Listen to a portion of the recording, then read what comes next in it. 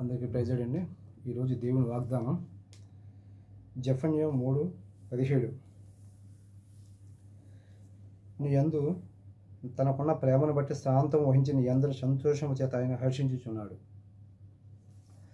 ప్రియ దేవుని బిడ్డలారా, ఒక క్రైస్తవ స్త్రీ తనకు ఒక కళ వచ్చింది.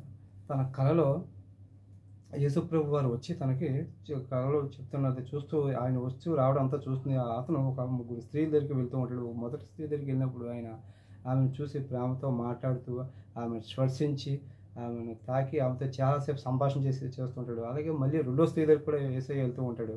రెండో స్త్రీ దగ్గరికి వెళ్ళినప్పుడు ఆమెను కూడా ధైర్యపరుస్తాడు, ఆమెని విశ్వాసంలో బలపరుస్తూ ఉంటాడు, ఆవిడతో ఎక్కువసేపు మాట్లాడి వెళ్తూ ఉంటాడు. అలాగే మళ్ళీ మూడో స్త్రీ దగ్గరికి వెళ్ళినప్పుడు ఆ మూడో స్త్రీని చూడకుండా వెళ్ళిపోతాడు. ఆవిడ మొహం కూడా చూడకుండా వెళ్ళిపోయాడు ఏంటని చెప్పి ఈ స్త్రీ కలగంటుంది అన్నమాట. ఈ కళలో యేసుప్రభు ఈ 3 స్త్రీ దగ్గరికి వెళ్తుంటాడు, వ్యత్యాసం చూపిస్తుంటాడు. మొదటి స్త్రీ దగ్గరికి వెళ్ళినప్పుడేమో ఆప్యాయతగా మాట్లాడడం, పలకరింపు, విశ్వాసం అన్నీ చేస్తాడు. రెండో స్త్రీకి వెళ్ళినప్పుడు కొంచెం తక్కువగా ఉంటుంది. మూడో స్త్రీ దగ్గరికి వెళ్ళినప్పుడు అసలు పట్టించుకోకుండా తన దగ్గర నుంచి వెళ్ళిపోతుంటాడు. అప్పుడు తన మనసులో స్త్రీ అనుకుంటేది, ఏంటి ప్రభు ఇలా చేశాడు, మూడో ఆవిడ ఏదైనా తప్పు చేసి ఉందేమో అని చెప్పి ప్రభుని అనుకున్నప్పుడు ప్రభు ఆవిడికి తెలియపరుస్తాడు. మొదటి స్త్రీ ఏంటంటే, ఆవిడ చాలా ఇబ్బందుల్లో ఆపదలో ఉంది కనుక ఆవిడ నా ఆదరణ, నా శక్తి నాకు అవసరం కనుక ఆవిడని పలకరింపు నాకు ప్రేమతో ఉంచాను, ఆవిడని పలకరించవలసి వచ్చింది. రెండో ఆవిడ కొంచెం అవిశ్వాసంలో వెళ్తుంది. రెండో ఆవిడ అవిశ్వాసం ఉండడం వల్ల ఆవిడ ధైర్యపరచడం కోసం కూడా ఆవిడని కూడా పరామర్శించాను, ఆవిడని కొంచెం బలపరిచాను. మూడో స్త్రీ అన్నింటిలోనూ విశ్వాసంలో బలపడిపోయింది.